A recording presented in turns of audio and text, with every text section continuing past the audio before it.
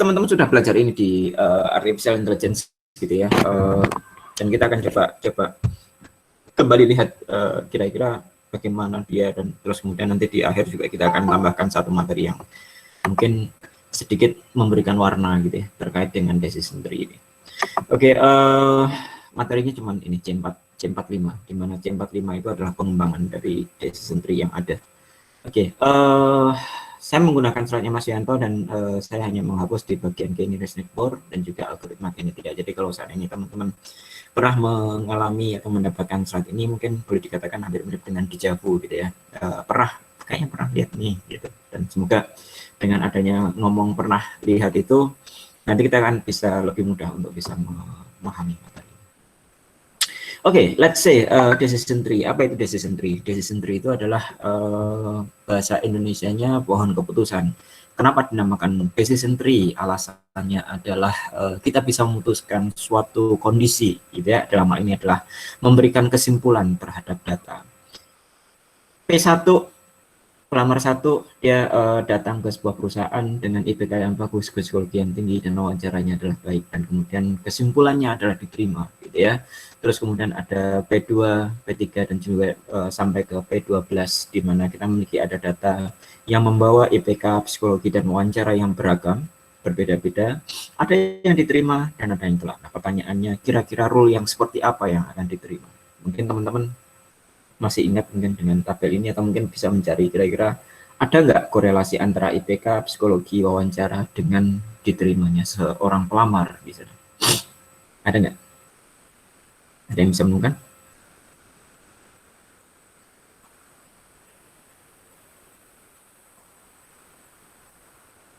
Ada, Mas. Ya, gimana Mas Yudri?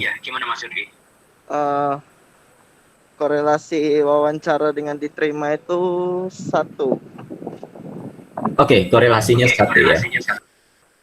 Yang wawancaranya baik, dia akan diterima. Kurang lebih seperti itu ya Mas Yudri ya? Atau mungkin teman-teman yang lain juga menemukan kondisi itu gitu ya. Dan di posisi itu kita akan bisa lihat bahwa ya, dalam kasus ini, data ini kita akan memiliki ada semacam decision tree. Lihat dulu dong wawancaranya. Kalau wawancaranya baik, kita bisa terima gitu ya. Nah, ini yang merupakan salah satu introduction to decision tree, di mana decision tree nanti pada saat kita memiliki ada banyak sekali atribut. Thank you Mas Yudi, bisa menemukan itu. Pada saat kita memiliki ada banyak sekali atribut itu mungkin juga akan memiliki kontribusi terhadap keputusan, gitu ya. Nah, keputusan ya atau tidak dalam hal ini adalah kelas label positif atau negatif terkait dengan pelamar dari data yang tadi. Mungkin kita bisa katakan bahwa kita memiliki ada sebuah rule, di mana rule ini adalah kalau wawancaranya baik, maka diterima akan berisi ya, atau kelas labelnya adalah ya. Atau mungkin kita bisa notasikan dengan decision tree-nya adalah seperti ini. Wawancara, kita lihat atribut dari wawancara, kalau dia bernilai baik, maka kita akan terima dia, gitu ya. Nah, permasalahan decision tree ini mungkin tidak semudah yang tadi. Kalau yang tadi memang dibikin mudah untuk proses introduction, gitu ya. Nah, ada permasalahan, bagaimana kita bisa menemukan role, gitu ya. Tentunya karena kita subjeknya di sini adalah machine learning, kita mengetahui ada banyak sekali data. Ada data-data yang ada, terus kemudian bagaimana cara kita untuk bisa menemukan role kalau seandainya kita memiliki ada sebuah data, gitu ya, atau mungkin dataset, gitu ya. Di situ kita memiliki ada yang dinamakan dengan kelas label. Dengan kelas label ini mungkin nanti kita akan katakan bahwa kasus yang kita hadapi adalah proses klasifikasi, dan kita akan fokus apakah rule, bagaimanakah rule supaya kelas label itu bisa kita tentukan, seperti itu ya. Itu yang menjadi permasalahan kita. Dalam data ini mungkin tidak semudah yang tadi. Lihat bahwa yang buruk pun ada yang diterima juga, gitu ya. Jadi yang tadi kayaknya perlu diubah ya Mas Yodi ya. Apakah yang baik harus diterima? Oh ya, memang yang baik diterima kebetulan. Atau mungkin dari sisi datanya kita tahu bahwa yang baik ini diterima wawancaranya. Tapi juga ada yang buruk juga diterima, gitu kan? Nah, ini akan menjadi permasalahan pelik bagi kita. Kalau seandainya yang buruk juga diterima, kan berarti bukan hanya ditentukan wawancara, ada hal lain yang menentukan apakah IPK atau psikologi. Itu mungkin nanti yang akan kita coba rumuskan dalam decision tree. Dari data tadi, kalau seandainya kita bikin decision tree, mungkin kita akan memiliki yang semacam ini. Jadi kita memiliki ada wawancara baik, ya dia diterima. Jadi kita punya ada 6 data atau berapa data yang baik diterima semuanya, gitu ya. Terus kemudian ada yang buruk, kita lihat dulu, gitu ya. Ada psikologinya yang tinggi dia tidak diterima. Loh kok aneh, psikologi tinggi nggak diterima. Ini mungkin kaitannya dengan data. Jadi kita tidak pernah mempertanyakan sebenarnya ke decision tree apakah keputusannya untuk memilih psikologinya tinggi ini tidak diterima atau enggak, tapi bisa jadi datanya juga menyatakan seperti itu, gitu ya. Terus kemudian kalau seandainya psikologinya sedang, maka kita lihat dulu apakah IPK-nya bagus atau tidak, gitu ya. Kalau seandainya IPK-nya itu cukup, ya kita terima. Kalau seandainya kurang, ternyata tidak diterima, gitu ya. Terus kemudian seandainya rendah, maka dia tidak terima. Ada pertanyaan juga nih, kenapa kok wawancara ini terlebih dahulu bila dibandingkan dengan psikologi? Kenapa kok psikologi jauh lebih dulu dibandingkan dengan IPK? Mungkin nggak dalam satu lokasi dia berubah gitu ya. Jadi di level yang tinggi itu IPK, tapi yang level berikutnya adalah wawancara atau mungkin yang lainnya seperti itu. Nah, itu yang akan menjadi bahasan dari decision tree. Dari decision tree yang tadi, kalau seandainya kita ingin mengubah menjadi suatu rule, maka rule-nya akan berubah menjadi seperti ini. Kalau seandainya wawancaranya baik, maka dia diterima. Itu rule yang pertama. Rule yang kedua adalah di posisi ini, ya.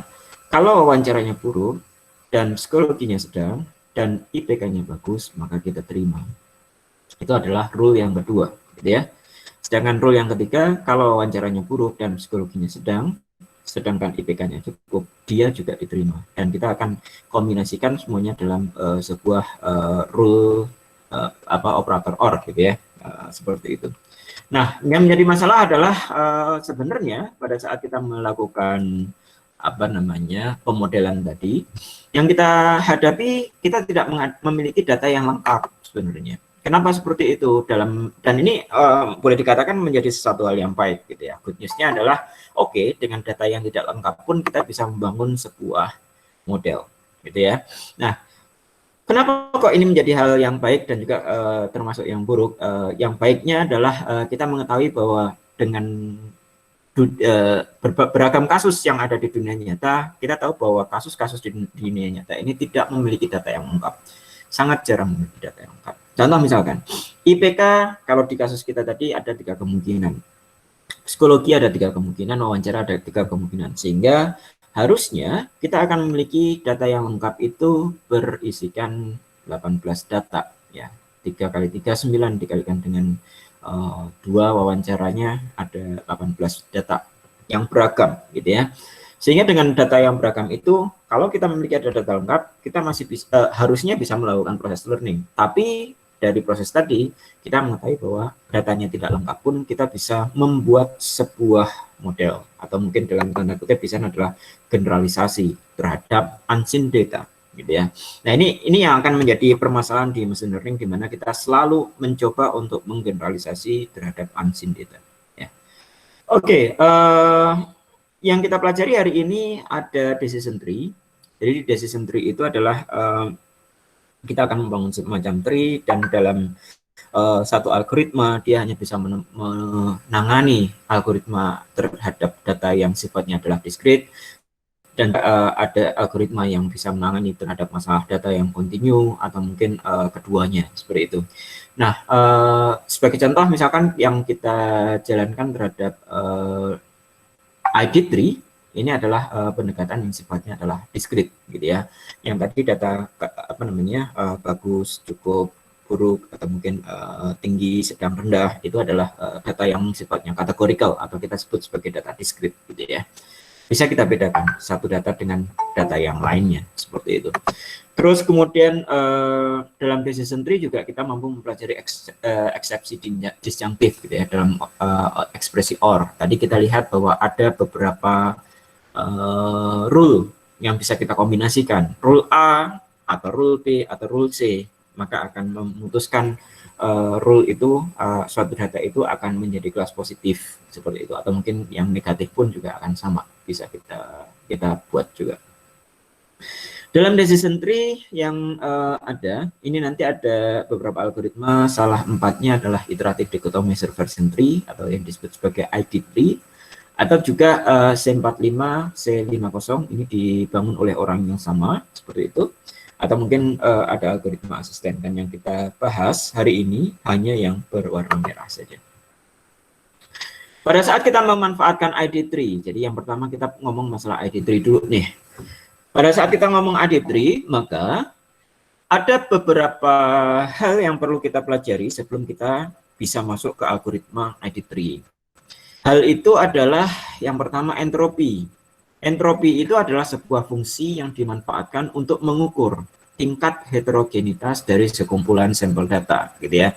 Contoh misalkan kalau seandainya kita memiliki ada satu kantong di mana kantong itu berisikan bola-bola, dan ternyata kita memiliki ada atribut warna di sana, dan atribut warna yang memungkinkan let's say adalah merah dan kuning. Oke, merah dan kuning. Maka kita akan katakan bahwa sampel itu, saya katakan yang kebalikannya dulu. Kita akan katakan bahwa sampel itu adalah homogen pada saat data itu dominan sama atau bahkan semuanya sama. Oke, contoh misalkan dalam satu kantong yang berisi 10 bola, semuanya berwarna merah. Kalau semuanya berwarna merah, artinya kan semuanya sama. Tidak ada sesuatu yang membedakan, atau datanya kita akan katakan sebagai data yang homogen.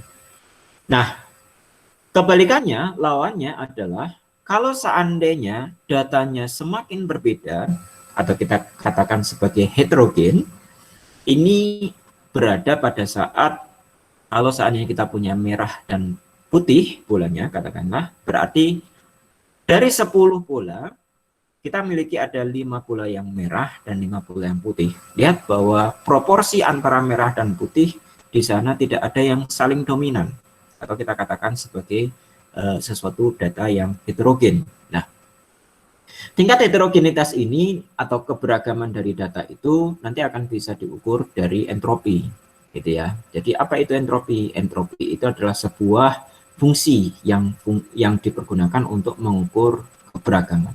Semakin beragam nanti nilainya harusnya semakin tinggi. Semakin similar atau semakin homogen, maka nilainya akan semakin rendah, gitu ya. Seperti itu. Rumusnya bagaimana? Rumusnya seperti ini. Jadi entropi dari sebuah dataset itu adalah, kita lihat atributnya. Dalam hal ini adalah kalau kita ngomong klasifikasi, berarti entropinya harus kita ukur terhadap kelas. Ya. Berapa yang positif, berapa yang negatif. Kalau kita binary class. Kalau kelasnya bukan binary class, misalkan cat, dog, and horse, berarti berapa kucingnya, berapa anjingnya, dan berapa kudanya. Ya, itu yang akan kita hitung. Nah, apa yang dihitung? Yang terlibat di sana adalah pertama kali kelasnya atau mungkin atributnya.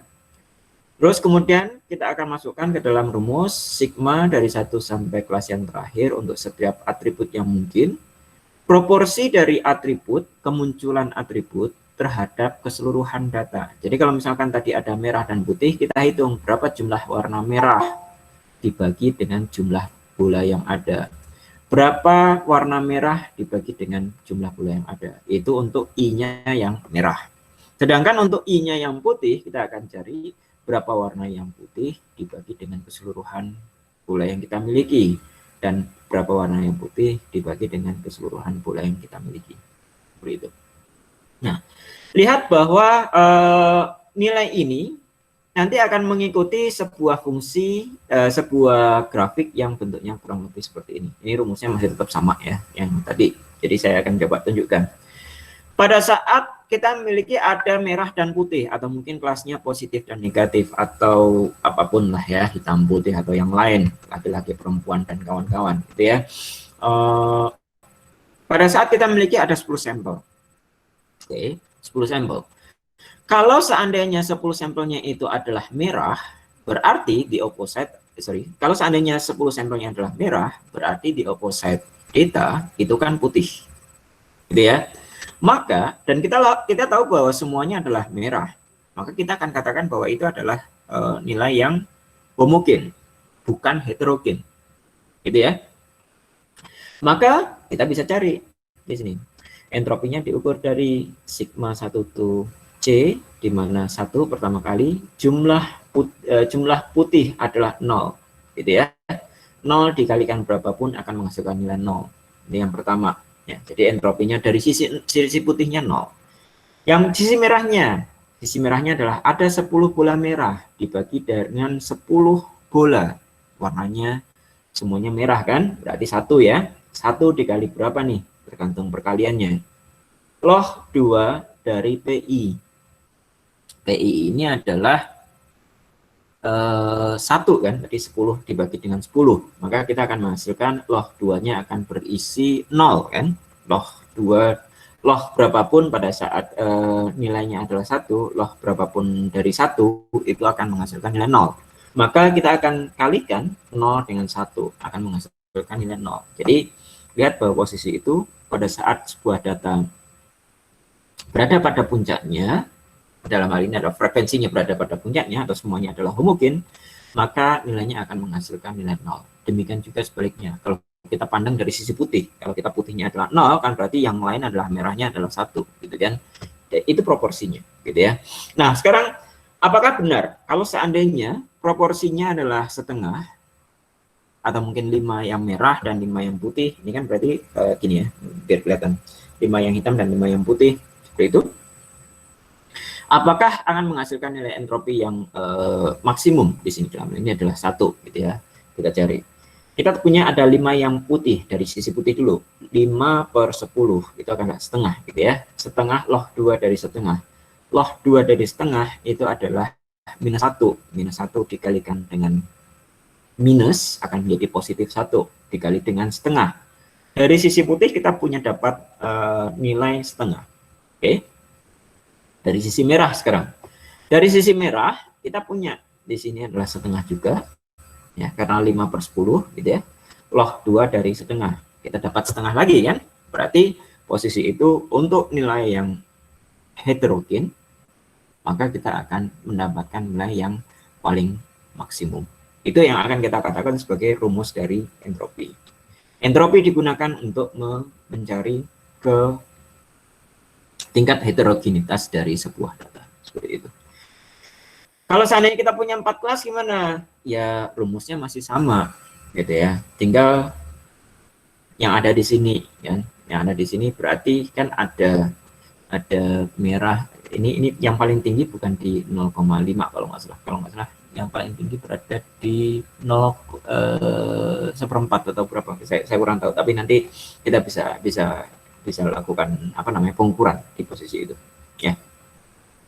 Rumusnya masih sama, tinggal nanti iterasi dari sigma ini berarti kalau kita punya ada merah, kuning, hijau dan putih gitu ya, berarti ya untuk merah kita hitung berapa probabilitasnya, berapa log 2pi-nya, terus kemudian untuk yang kuning juga kita hitung, untuk hijau kita hitung dan seterusnya, seperti itu ya.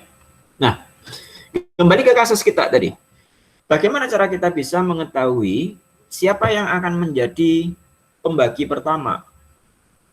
Yang menentukan pertama kali atau yang menentukan paling tinggi itu siapa sih? Apakah atribut IPK, psikologi, atau wawancara? Itu mungkin nanti yang akan menjadi permasalahan kita. Gimana cara kita memanfaatkan entropi itu, gitu ya?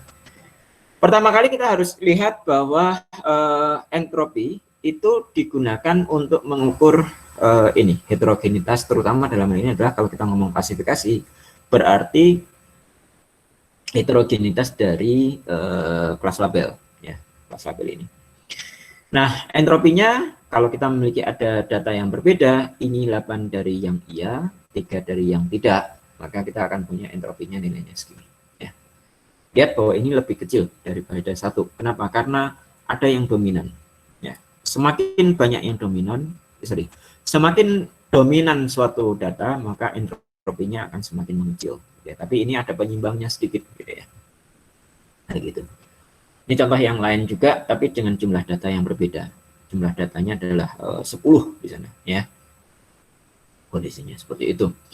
Nah, pada saat kita menggunakan decision tree, maka nanti salah satu yang kita manfaatkan kembali adalah ada yang dinamakan dengan information gain ya. Apa itu information gain? Information gain itu adalah kalau tadi entropi digunakan untuk mengukur keberagaman data, sekarang information gain digunakan untuk mengukur seberapa efektif sebuah atribut dalam menentukan kelas dari sebuah data. Ya.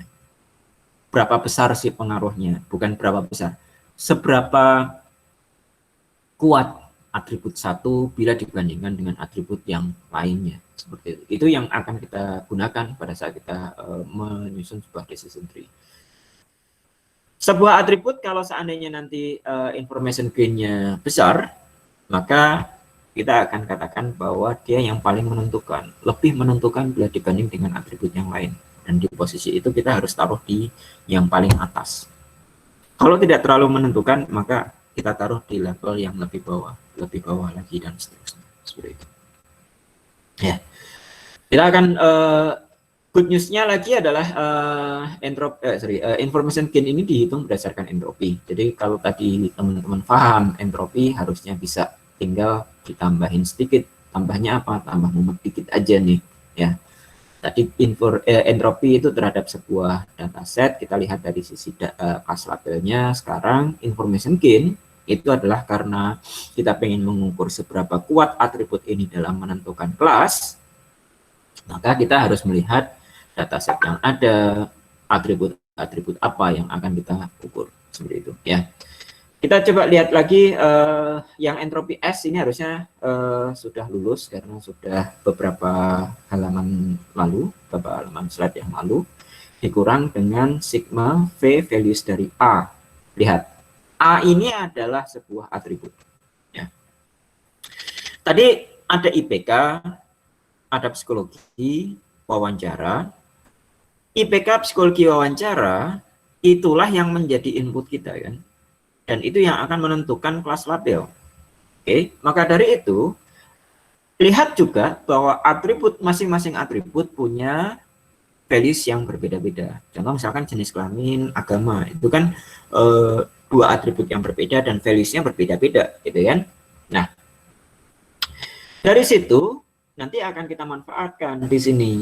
Kalau kita punya atribut A, maka untuk setiap values yang kita miliki, ya, kalau V itu adalah menyatakan atribut yang mungkin pada values atribut tertentu, maka kita akan cari berapa sampel dari V. Ya, berapa sih sampel laki-lakinya, berapa sampel perempuannya, atau mungkin berapa sampel apa tadi IPK-nya, IPK yang bagusnya berapa, IPK yang cukupnya berapa, ya. IPK yang rendahnya berapa, wawancara yang baik ada berapa, wawancara yang buruk ada berapa, gitu ya. Nanti kita akan hitung. Pagar S ini menyatakan berapa banyak data yang kita miliki. Jadi biasanya pagar ini menyatakan tanda absolut ini menyatakan berapa banyak data yang kita miliki, berapa data yang kita miliki. Misalkan ada tadi 10 data ya berarti 10. Kalau misalkan semuanya adalah 11 ya berarti 11. Kalau yang di sini melihat values-nya, gitu ya.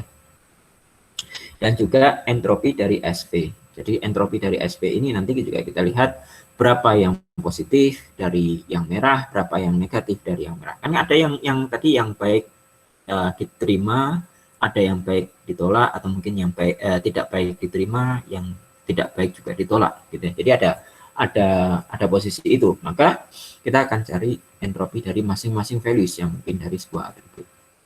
Kalau kita punya ada 3 atribut, berarti information gain ini akan kita cari untuk masing-masing atribut.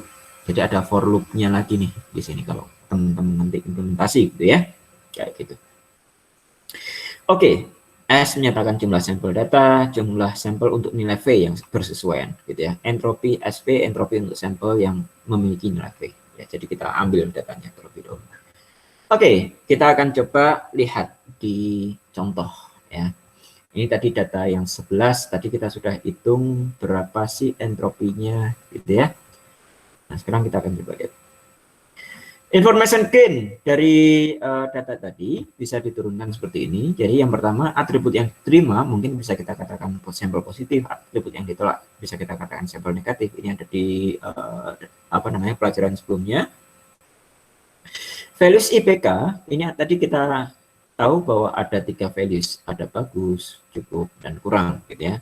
Kita hitung dulu S-nya.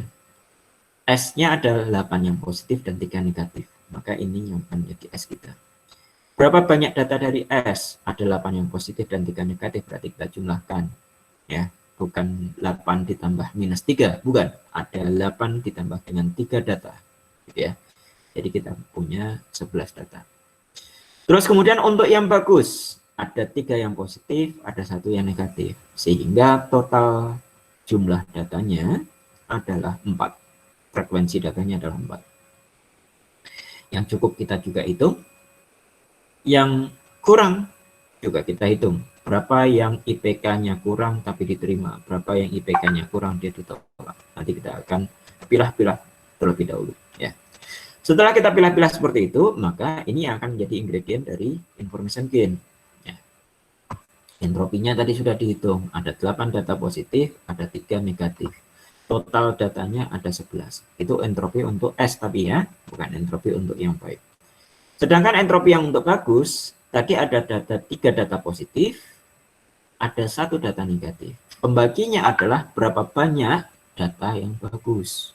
Ya, tinggal kita masukkan ke log dari sana. Ya, kita akan dapatkan 0,8113. Sampai di sini paham dulu, sampai biasanya teman-teman bingung di bagian ini. Loh? Apakah masih bisa diikuti? Masih, Mas. Masih ya? Oke. Yang cukup. Lihat bahwa kita punya yang cukup ada 3 yang positif atau 3 yang diterima. IPK yang cukup ada 3 orang yang diterima. IPK yang cukup ada 1 pelamar yang ditolak. Pembaginya berapa? Yang cukup ini ada 4 data, maka pembaginya adalah pembagi dari S yang cukup. Ya, kebetulan sama kan? Maka entropinya juga akan menghasilkan nilai yang sama pula. Yang berikutnya untuk S IPK yang nilainya adalah kurang, ternyata ada 2 yang diterima dan ada 1 yang ditolak. Maka kita akan masukkan ke dalam rumus entropi, kita akan dapatkan ini. Entropi ini adalah dasar dari information gain. Jadi kalau seandainya teman-teman bisa mengukur entropi, tinggal tambahin sedikit nih. Apa yang ditambahkan? Yang ditambahkan adalah probabilitas datanya. Berapa banyak S yang bagus, berapa banyak S yang cukup, berapa banyak S yang kurang. Ya. Dibagi dengan jumlah data. Bagi dengan jumlah data, dibagi dengan jumlah data. Rumusnya adalah entropi dari dataset dikurang dengan sigma probabilitas kemunculan data pada sebuah atribut dibagi dengan total data, entropi dari dataset dengan values tertentu, ya seperti itu. Jadi kita tinggal kalikan. Tadi yang untuk bagus ada 4 data, 3 positif 1 negatif kan. Yang cukup ada 4 data juga, 3 positif 1 negatif, kebetulan sama. Yang kurang ada 3 data. Ya. Itu merupakan rumus dari information gain. Nanti kalau kita kalikan semuanya akan mendapatkan nilai. Nilai ini yang akan kita katakan sebagai information gain atribut IPK terhadap keputusan dari dataset kita. Ya. Nah, atribut IPK punya nilai information gain-nya adalah sekian. Nah, tergantung nanti atribut yang lain bagaimana. Atribut yang lain juga kita ukur, gitu ya. Saya belum ke sana dulu. Atribut yang lain nanti juga kita ukur. Ukurnya gimana? Sorry, kayaknya harus saya jalankan itu. Ukurnya gimana? Dengan cara yang tadi, ya. Kita jumlahkan cacah berapa banyak atribut positif, berapa banyak atribut negatif, berapa ininya. Untuk masing-masing atributnya, lihat psikologi kan punya yang berbeda kan. Kalau di sini jenis kelamin ya berarti ada laki-laki dan perempuan. Kalau di sini adalah warna lampu lalu lintas ya berarti ada merah, kuning, dan hijau, gitu ya. Jadi ini menyatakan nilai dari masing-masing atribut. Ya. Saya kembali ke track. Ya. Ke ini. Pada saat teman-teman sudah bisa mengukur information gain ini fungsinya untuk apa sih? Fungsinya untuk di sini. Ini algoritma dari decision tree. Panjang. Information gain tadi digunakan di baris yang sini. Cuman ini aja. Baris ini yang sulit. Ya. Nah, algoritma decision tree-nya, ID tree-nya adalah kurang lebih seperti ini. Kalau kita punya data set, ya, kita punya atribut target atau kelas label, kita punya kumpulan atribut atau atribut-atribut input kita. Oke, maka pada saat teman-teman mengambil decision tree, buat dulu sebuah simbol. Oke. Jika semua sampel adalah kelas I, misalkan ya, semua datanya nggak peduli dengan data yang ada, semua data yang beragam, ternyata kelas labelnya adalah kelas I, ditolak atau mungkin nanti diterima, semuanya sama diterima, maka kita kembalikan pohon dengan satu simple root dengan label adalah I yang menyatakan sebuah leaf nantinya. Keputusannya adalah kelas I atau diterima atau ditolak, nanti kelas I-nya apa, gitu ya. Baris yang berikutnya, jika kumpulan atribut itu kosong, jadi ada data, ada kelas labelnya, tapi nggak ada atributnya nanti. Ya, kondisi seperti itu, maka pohon satu root dengan kelas label adalah nilai atribut target yang paling umum. Jadi misalkan di sini ya, ada tidak, ada 3 yang ya kan, berarti karena yang umum adalah ya, maka kita kembalikan ya. Kalau misalkan ya, tidak, ya, tidak, banyak yang tidaknya, maka kita akan katakan bahwa nilainya adalah tidak. Ya. Oke, kita sudah punya baris 1, 2, dan 3. Nah, sekarang kita bagian else-nya nih yang agak repot. Nah, sebelum kita jelaskan bagian else, yang ingin saya jelaskan dulu adalah bahwa ID tree ini akan dibangun secara rekursif. Proses rekursif memanggil ID tree dengan ID tree lagi. Ya. Apa yang kita lakukan di bagian else ini? Bagian else ini adalah atribut A itu merupakan diisi dengan atribut the best classifier yang dinyatakan dengan information gain paling besar. Tadi kita tahu bahwa kita sudah bisa menghitung information gain. Berarti cari semua atributnya, information gain-nya. Yang paling besar siapa? Kalau yang paling besar information gain-nya adalah psikologi, berarti A ini adalah psikologi. Nanti dia akan menjadi atribut root. Ya. Berikutnya, panggil lagi yang berikutnya. Untuk setiap nilai pada atribut tertentu, maka tambahkan satu cabang di bawah root. Ya. Dengan buat variabel dan kawan-kawan. Gitu ya. Seperti itu. Oke, katakanlah kita sudah punya di sini adalah psikologi dengan information gain yang terbesar. Maka yang kita lakukan, cek psikologinya, ada berapa banyak values yang ada dalam tabel, tambahkan satu cabang di bawah root dengan nilai VI, cabangnya ini kan tadi ada yang ini ya, ada misalnya di sini wawancaranya apakah dia baik. Nah, itu untuk memberikan label ini. Apakah wawancaranya baik? Nah, itu ya. Buat sebuah variabel, misalkan sampel VI sebagai himpunan bagian subset. Jadi datanya dipilah yang baik barisnya 6 ya, berarti data yang ke kanan itu ada 6 baris. Kalau seandainya kita punya 10 data atau kalau kita punya 11 data, berarti kan sisanya ada 5, yang 5 pergi ke kanan. Gitu ya, atau mungkin yang ke seterusnya. Tambahkan ini buat variabel sebagai himpunan buat sebuah variabel misalnya sampel sebagai himpunan subset dari ini yang bernilai atribut sesuai dengan atribut kita ya. Ini yang baik, semua yang baik. Jika sampelnya kosong, maka di bawah cabang ini tambahkan satu buah simpul daun ya, yang tidak punya anak dengan label adalah nilai atribut target paling umum. Ini hampir mirip dengan yang ada di sini ya. Cuman karena ininya lebih pendek, jadi lebih seolah-olah ada 3 baris. Kalau tidak, maka di bawah cabang ini tambahkan subtree dengan memanggil fungsi ID tree. Jadi ini nanti akan pergi ke sana. Dan dia akan berhenti kapan? Kalau seandainya sudah kelasnya sama. Atau mungkin kalau atributnya kosong, atau mungkin yang lainnya kayak gitu ya. Itu adalah algoritma dari ID tree. Nah, sekarang kita akan coba lihat dengan proses iteratif ya. Iteratifnya gimana? Kita punya ada class label, ada 3, berarti kita cari base classifier-nya nanti ya. Oke, berikut. Pertama kali pada saat pemanggilan ID tree ya, kita akan hitung entropinya, kita akan hitung information gain-nya. Pada level 0 iterasi 1 memanggil ID tree dengan masukkan kumpulan sampel. Ya, datasetnya adalah semua ruang data yang kita miliki. Ada 8 data positif dan ada 3 data negatif. Mohon maaf, ada telepon yang harus saya angkat. Saya ini dulu, matikan.